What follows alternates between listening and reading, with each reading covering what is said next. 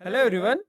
इस वीडियो में हम जावास्क्रिप्ट के इसेंशियल्स टॉपिक्स को एक्सप्लोर करेंगे, जैसे कि call stack, global execution context, event loop, Ajax और भी बहुत कुछ। सो जल्दी से स्टार्ट करते हैं। सबसे पहले चलिए कॉल स्टैक और ग्लोबल एग्जीक्यूशन कॉन्टेक्स्ट को समझते हैं। तो इसके लिए चलते हैं अपने ब्राउजर पे। सबसे पहले and new tab and inspect कर लेते हैं इसको जल्दी से। एंड मैं इसको बड़ा कर देता हूँ एंड चलते हैं अपने कंसोल पे। ठीक है, तो आइए समझते हैं कॉल स्टैक के बारे में। तो सबसे पहले अगर अपन को कॉल स्टैक ये क्या होता है ये देखना है, तो सिंपल यहाँ पे सोर्स टैब में जाएंगे एंड यहाँ पे अगर आप अच्छे से देखेंगे तो यहाँ पे आपको कॉल स्टैक देखने को मिलेगा। ठीक है, तो ये आखिर ये कॉल स्टैक होता क्या है? तो ये अपना जो बड़ा सा ब्राउजर है इसका एक छोटा सा पार्ट होता है कॉल स्टैक, एंड अपनी जो भी जावास्क्रिप्ट का कोड होता है वो इसके अंदर ही एग्जीक्यूट होता है। तो ये जो है वो अपने जावास्क्रिप्ट का हार्ट होता है। इसे समझाने के लिए मैं जल्दी से पेंट ओपन कर लेता हूँ। ये है अपनी कॉल स्टैक एंड ये जो है ये है अपना जावास्क्रिप्ट का कोड। अभी समझते हैं ये जो अपना कोड है ये ब्राउजर में एक्चुअली रन कैसे होता है। तो जब भी कोई अपना जावास्क्रिप्ट का कोड रन होना स्टार्ट होता है वो क्या होता है, यहाँ पे कॉल स्टैक में ग्लोबल एग्जीक्यूशन कॉन्टेक्स्ट क्रिएट करता है। ठीक है, तो ये क्या होता है ये अभी थोड़ी देर में अपन समझेंगे। तो यहाँ पे मैं लिख देता हूँ जल्दी से ग्लोबल एग्जीक्यूशन कॉन्टेक्स्ट। ओके, तो ये हो गया अपना ग्लोबल एग्जीक्यूशन कॉन्टेक्स्ट। देन जब मुझे ये लाइन को रन करना है तो मैं क्या करूंगा, सिंपली इसको उठाऊंगा एंड यहाँ पे जाके रख दूंगा।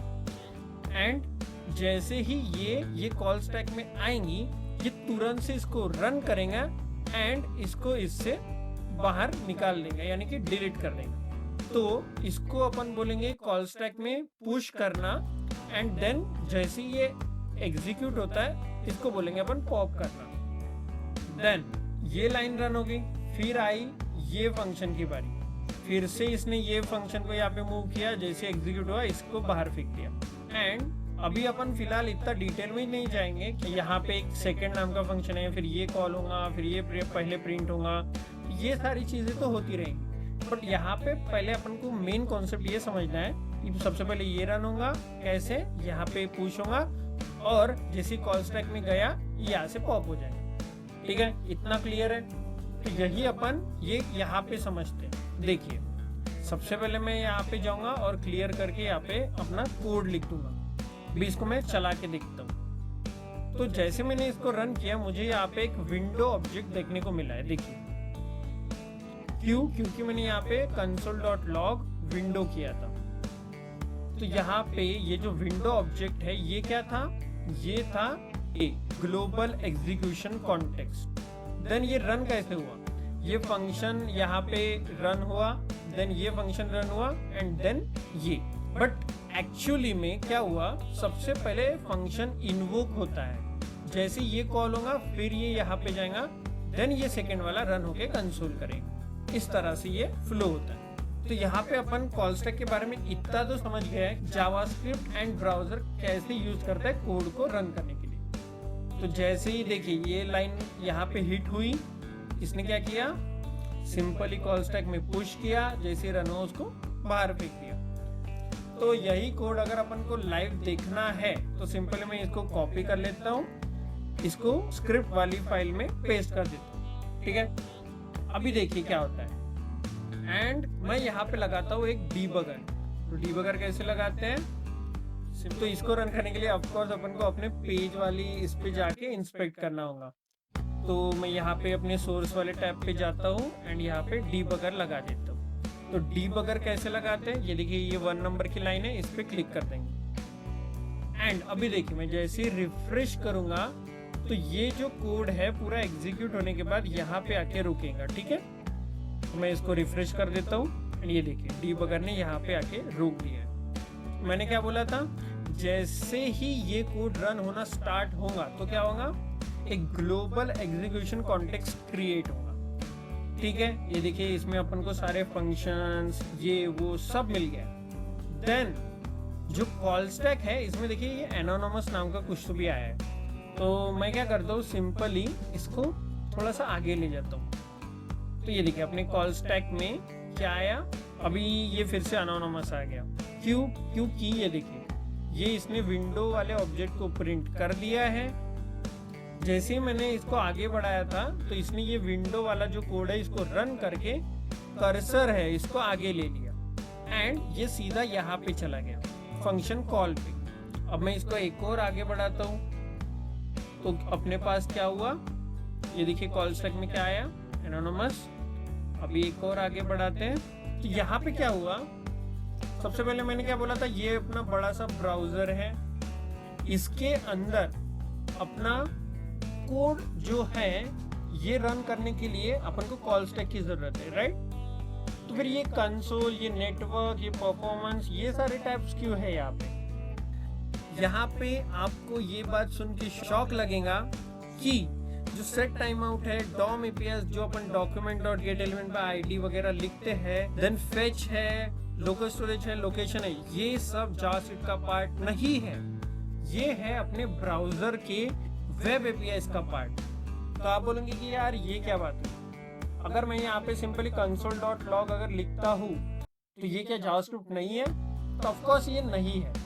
ये अपन क्या कर रहे हैं, ये कोड को जब अपन रन करते हैं तो अपन क्या कर रहे हैं, सिंपली जावास्क्रिप्ट की मदद से अपना जो ब्राउजर है, अपना जो ये बड़ा सा ब्राउजर है उसमें से जो कंसोल वाली वेब एपीआई है उसको कॉल कर रहे हैं एंड यानी कि उसको एक्सेस कर रहे हैं। उसको एक्सेस करके सिंपली अपन उसमें डेटा को रेंडर करते हैं। Similarly with set time out and then DOM यानी कि वेब पेज पे डायनेमिकली कंटेंट को रेंडर करना।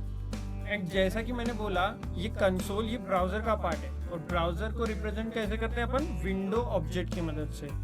तो मैंने यहाँ पे window dot console dot log ये ऐसा क्यों नहीं लिखा, तो यस ऑफ कोर्स ये अपन ऐसा भी लिख सकते हैं, ये दोनों भी एकदम सेम ही चीजें हैं।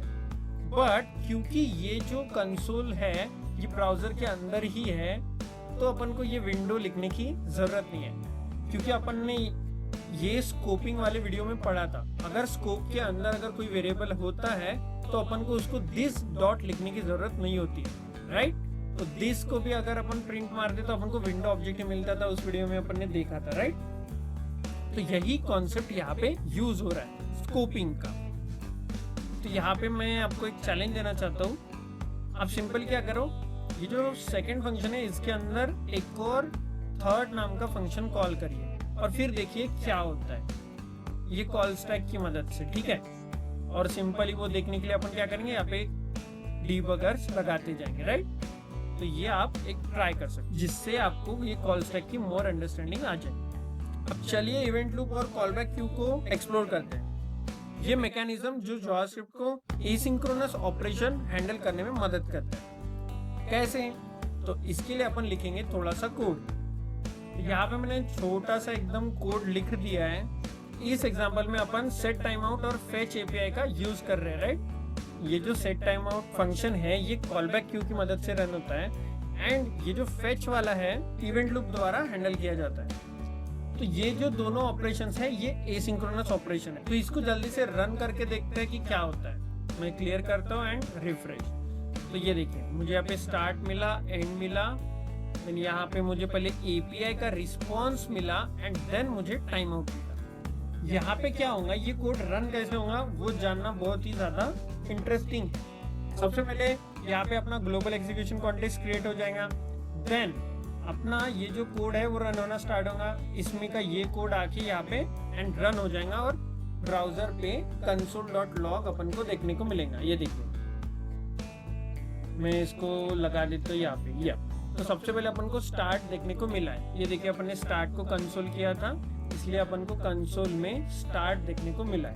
देन मैंने यहाँ पे simply set time out function को रन कर दिया। बट अगर मैं इसको डायरेक्टली एक मेन कॉल स्टैक में डालूंगा तो क्या होगा, ये डायरेक्टली एग्जीक्यूट हो जाएगा। अपन को क्या करना पड़ेगा, इसको कहीं और स्टोर करना पड़ेगा। तो क्योंकि ये जो अपना सेट टाइम आउट है ये कॉल बैक फंक्शन है, इसको मैं डायरेक्टली यहाँ पे तो नहीं डाल सकता, मैं इसको डाल दूंगा कॉल बैक क्यू के अंदर। तो ये कॉल बैक क्यू कहाँ से आया? ये भी एक्चुअली अपने जो ब्राउजर है उसका पार्ट होता है। इसको मैंने यहाँ पे ये जो फंक्शन है इसको यहाँ पे ना डालते हुए यहाँ पे डाल दिया, सो दैट जब इसका टाइमर खत्म हो मैं इसको यहाँ पे डाल दूँ। अब मुझे ऐसा कुछ फंक्शनलिटी चाहिए जो इन दोनों को कंटिन्यूअसली मॉनिटर करते रहे कि क्या ये रेडी है, क्या ये रेडी है, क्या ये रेडी है। अगर ये रेडी है तो इसको यहाँ पे डाल दूंगा और रन कर दूंगा। तो ये करने के लिए अपने पास एक और चीज है, इसको बोलते हैं अपन इवेंट लूप। ये जो इवेंट लूप है ये क्या करता है, ये कॉल बैक क्यू और जो अपनी कॉल स्टैक है इसको कंटिन्यूअसली मॉनिटर करता रहता है। देन जैसे ही मैंने ये कोड को रन किया था, इसने यहाँ पे डाल दिया, ये इवेंट लूप क्या करेगा, तो ये इसमें पुश कर देगा एंड जैसे ये एग्जीक्यूट होता है इसको यहाँ से पॉप कर देगा। देन अपने पास यहाँ पे एक फेच एपीआई वाला फंक्शन है जो है ये कॉल बैक नहीं है, तो इसको मैं अभी ये कॉल बैक क्यू में तो नहीं डाल सकता डायरेक्टली, ठीक है। तो इसके लिए अपने पास एक और क्यू होती है, उसको कहते हैं माइक्रो टास्क क्यू। इसी को अपन प्रायोरिटी क्यू भी बोलते हैं। तो अभी देखिए क्या होता है, यहाँ पे आता है इंटरेस्टिंग पार्ट। ये जो फेच एपीआई वाला जो कोड है ये क्या होता है, ये इसमें ना जाते हुए इसमें जाता है माइक्रो टास्क क्यू में। सबसे पहले ये इवेंट लूप क्या करता है, ये चेक करता है कि ये जो कॉल स्टैक है ये खाली है क्या। देन ये चेक करता है कि माइक्रो टास्क क्यू जो है इसमें कोई कोड है क्या रन होने के लिए। अगर होगा तो ये इसको डायरेक्टली इसमें पुश कर देगा और ये रन हो जाएगा। देन ये चेक करता है इवेंट लूप कि कॉल बैक क्यू में कोई कोड है क्या। अगर होगा तो ये यहाँ से फिर यहाँ पे डालता है। इवेंट लूप क्या चेक करेगा, call stack, then micro task queue and then call back queue. तो फर्स्ट, सेकंड, थर्ड, इस ऑर्डर में ये अपना कोड रन होता है टोटल, ठीक है। और ये कंटिन्यूअसली चलता ही रहता है जब तक कि अपना एग्जीक्यूशन कॉन्टेक्स्ट क्रिएटेड है। अभी आप बोलोगे कि यस ये स्टार्ट का तो समझते हैं, लेकिन अपन ने यहाँ पे ये दो फंक्शंस को कॉल किया, तो ये जो एंड वाला कोड है ये पहले कैसे आ गया भाई यहाँ पे। अपना तो ये एपीआई का रिस्पॉन्स जो है ये पहले आना चाहिए या फिर ये टाइम आउट वाला आना चाहिए। आइए देखते हैं ये ऐसा क्यों हुआ। तो देखिए सबसे पहले मैंने क्या किया, ये जो कोड है इसको उठाया, यहाँ पे मैंने कॉल बैक क्यू में डाल दिया। क्योंकि यहाँ पे मुझे टाइमर दिखा 1 सेकेंड का, तो इसको रन होने में टाइम लग रहा है, इसलिए अपन ने ये जो फेच एपीआई वाला कोड है इसको रन कर दिया।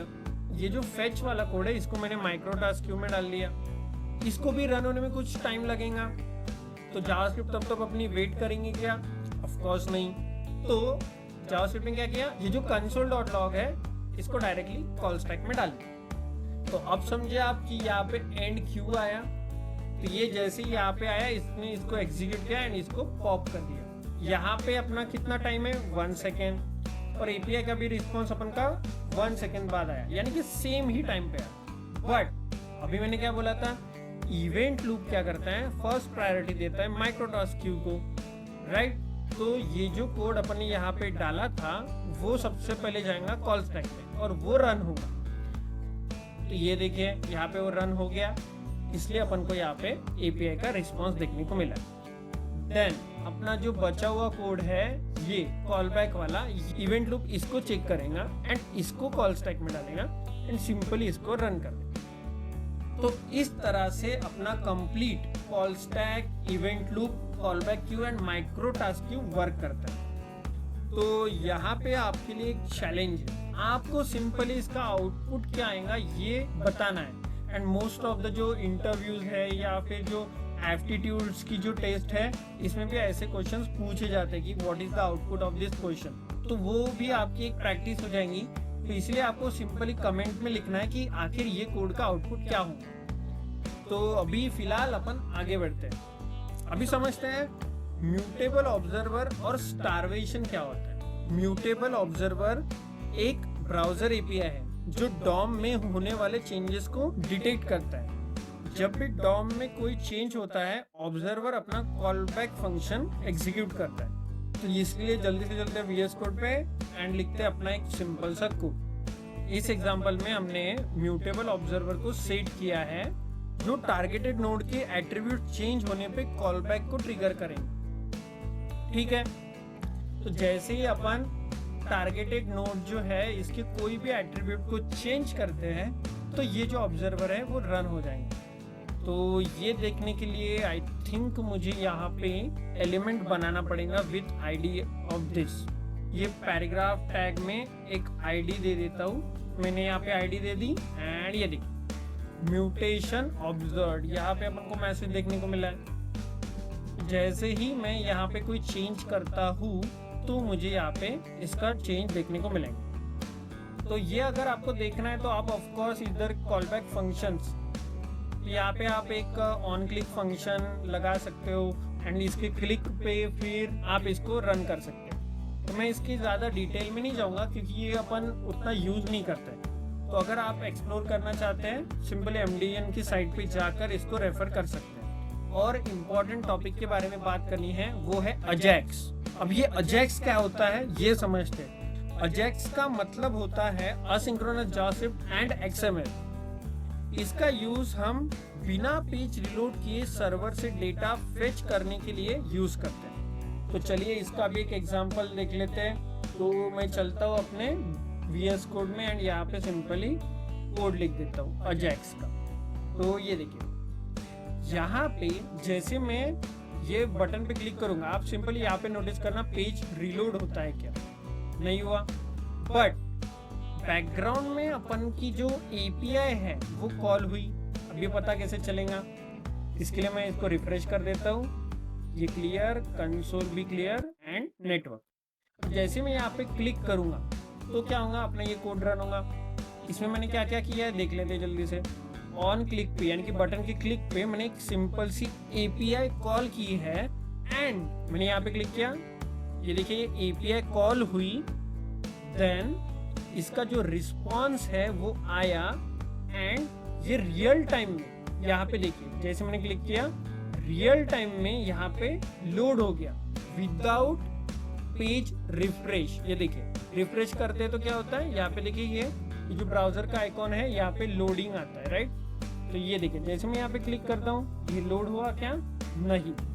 तो इसी कॉन्सेप्ट के बेस पे ये अजैक्स के बेस पे जो बड़े बड़े फ्रेमवर्क्स है जैसे एंगुलर हो गया, रिएक्ट हो गया, बड़े बड़े फ्रेमवर्क्स है ये वर्क करते हैं। ठीक है, तो अभी जल्दी से ये वीडियो को कंक्लूड करते हैं। हमने इस वीडियो में बहुत कुछ कवर किया है जैसे कि call stack, global execution context, then अपन ने देखा था कॉलबैक क्यू, प्रायोरिटी क्यू देखा था अपन ने, देन म्यूटेशन ऑब्जर्वर का अपन ने इंट्रोडक्शन देखा था एंड फाइनली सबसे इम्पोर्टेंट टॉपिक अजैक्स के बारे में यानी कि असिंक्रोनस जावास्क्रिप्ट XML के बारे में अपन ने देखा था।